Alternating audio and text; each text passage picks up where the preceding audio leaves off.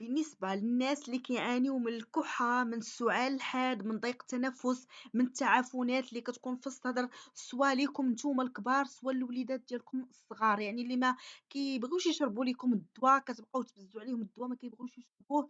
اليوم غنعطيكم سيرو طبيعي ديال الزنجبير. لأول مرة غادي نشارك معاكم هاد السيرو، ولأول مرة غتشوفوا هاد الطريقة صراحة. الرحمة ديال سيدي ربي. سيروا اللي ما غاديش يخطاكم، خاصو دائمًا هاد المكون صراحة يكون عندكم، اللي هو الزنجبير، اللي غادي يهنيكم من دوك النزلات ديال البرد، من داك الكحة، من السعال، من الضيق ديال التنفس، من دوك الالتهابات ديال ديال الصدر، من النزلات ديال البرد. صراحة وصفة من ذهب، خاصكم ضروري هاد الوصفة هادي ديروها، لأنها كترفع الجهاز ديال المناعة، كتقوي لكم المناعة ديالكم، ومفيدة بزاف، وغتجربوها سوا ليكم ولا الوليدات ديالكم، وغترحموا لي عليها الوالدين، لأنها غتهنيكم من الدوا، غتهنيكم.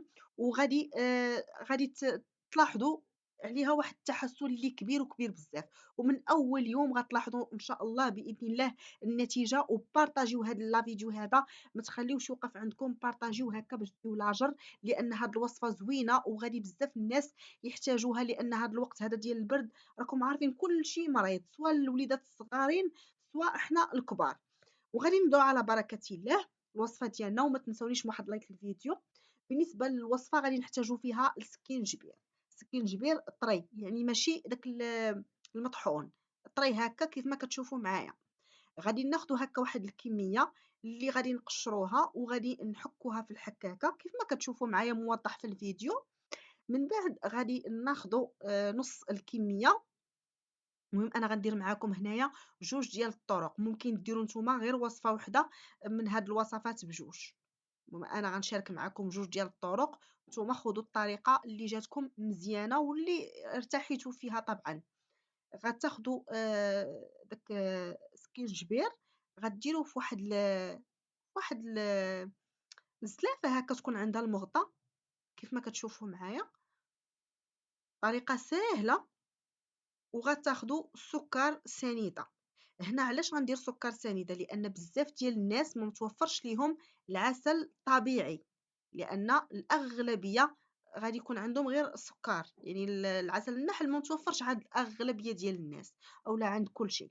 اللي عنده العسل الطبيعي ديال النحل يديرو، ممكن ديروا عسل النحل، ديروا مثلا نص كاس ديال عسل النحل، ممكن ديروا السكر، يعني على حسب اللي عندكم نتوما متوفر ليكم.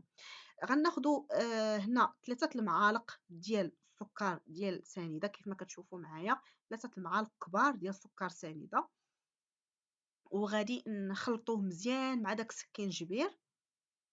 هذا سيرو 100% تيقضي على الكحة، تيسرح داك ال كيسرح الحلق إلا كان داركم الحلق ديالكم، إلا كنتو كتكحوا بزاف، عندكم دوك التعفنات في الصدر ديالكم، عندكم الحلق ديالكم داركم يعني مجروح، أولا كتحسوا بداك الآلام في الحنجرة ديالكم. المهم زوين بزاف، وحتى دوك النزلات ديال البرد، المهم كيحيد كلشي. بالنسبة للوصفة كنخليوها ليلة كاملة، يعني هاد السكينجبير تتحكوه وكتزيدوا عليه إما العسل إما السكر، كتخليوه ليلة كاملة، كتغطيوه وتخليوه ليلة كاملة، الغدا ليه كتصفيوه. دابا أنا هنا ما خليتوش ليلة كاملة صراحة، راه غير خلطته مزيان، خليته شي ساعة، وغادي نكمل معاكم الوصفة. المهم غادي ناخدو هداك السكينجبير اللي وجدنا من قبل، وغادي نصفيوه بهاد الطريقة. المهم كتصفيوه مزيان، حتى بالنسبة إلا درتو العسل راه غادي تصفيوه من هاد الشي، يعني غتصفيوه من داك السكينجبير، غيكون طلق فيه صافي. غتصفيوه مزيان، يعني تحاولوا ما أمكن أنكم تصفيوه مزيان، يعني نفس الطريقة، يعني بحال بحال. المهم غادي نصفي هاد الكمية كيف ما كتشوفوا معايا، وهاد الشيء اللي غادي يهبط، يعني غنستخلصو هو السيرو اللي غادي نستعملوه ال يعني نستعملوه بالنسبة لهاد الوصفة. غنقول لكم كيفاش غتستعملوها بالنسبة للوليدات. علاش؟ لأن الوليدات غادي يجيهم مجهد شوية هاد السكينجبير. بالنسبة حنا الكبار غادي نستحملوه عادي، لأن شوية فيه ديك الحرورة.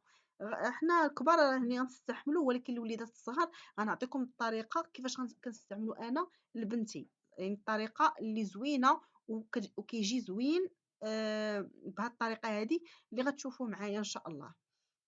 المهم بالنسبة للوليدات غتاخدو كاس ديال الحليب اللي غادي تسخنوا داك الحليب، يعني غدفيوه، وملي غدفيوه غادي تخويو داك الحليب في الكاس، وغتزيدوا معلقة كبيرة ديال هاد السكينجبير، غتخلطوه مزيان، يعني هاد السكينجبير اللي وجدتوه، يعني هاد السيرو غتخلطوه مزيان مع داك الحليب سخون يعني دافي، وغتعطيوه للوليدات ديالكم قبل النوم، يعني غياخدوه قبل الفطور وغياخدوه قبل ما ينعسوا. هذه وصفة زوينة كتنظف الصدر، يعني كتنظف الصدر وتتعالج ديك الكحارة ما كتبقاش بالمرة. غير جربوها وردوا عليا الخبار. بالنسبة للكبار غتاخدوا معلقة قبل النوم، معلقة يعني كبيرة قبل النوم، وغتاخدوه قبل الفطور.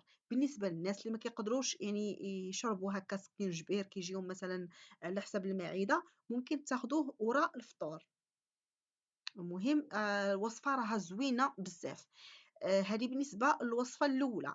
بالنسبة للوصفة الثانية اللي غتشوفوا معايا كنزيدوا عليها الثومة، زدت عليها الثومة، ثومة حمراء كنحكوها في الحكاكة، راك شفتوا معايا الطريقة. وبالنسبة للوصفة الأولى راه كتبعوها، يعني هذاك السيرو كديروه في الثلاجة وكتحتفظوا به، وملي كتبغيو تستعملوه راه كتاخدوه منه وكتستعملوه. ومن أحسن أنكم يعني إلا يعني يستحسن أنكم تاخدوا ديك الكمية في ديك المعلقة وتدفيوها هكا على البوطة وتشربوها، يعني أحسن يكون دافي، راه مزيان بزاف، يعني كيعطي واحد النتيجة سريعة، يعني هو يعني من أفضل يعني العلاجات هاد السكينجبير زوين بزاف.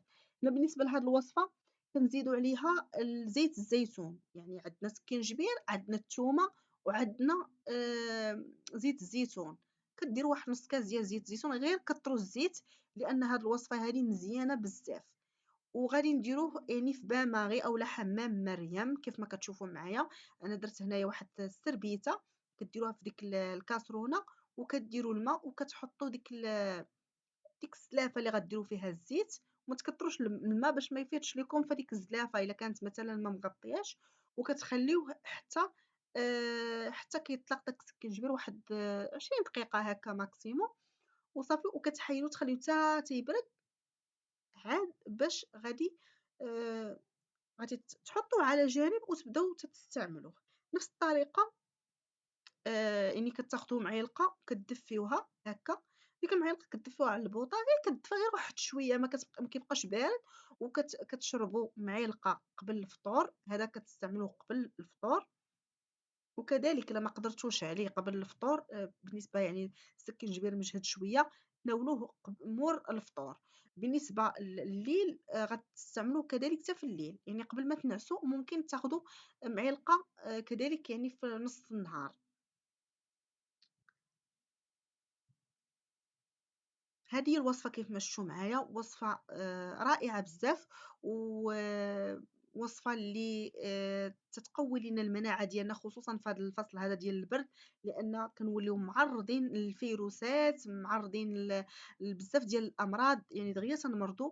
وهاد الوصفة زوينة، لا هاد الثانية ولا الأولى اللي بارطاجيت معاكم، ونتمنى حتى نتوما تبارطاجيوها، يعني ما تخليوهاش توقف عندكم، بارطاجيوها مع كاع الناس اللي كتعرفوا، لأن وصفة صراحة رائعة. وبالنسبة للوليدات راه ممكن تعطيوهم هاد الوصفة هادي الثانية ديال الزيت، حتى هي بنفس الطريقة كدفيوها، ولكن بلا ما ديروها في الحليب، يعني كطويهم بحال هكا، راها زوينة. بالنسبة لأعمار الوليدات يعني فوق 4 سنين راه وصفة زوينة.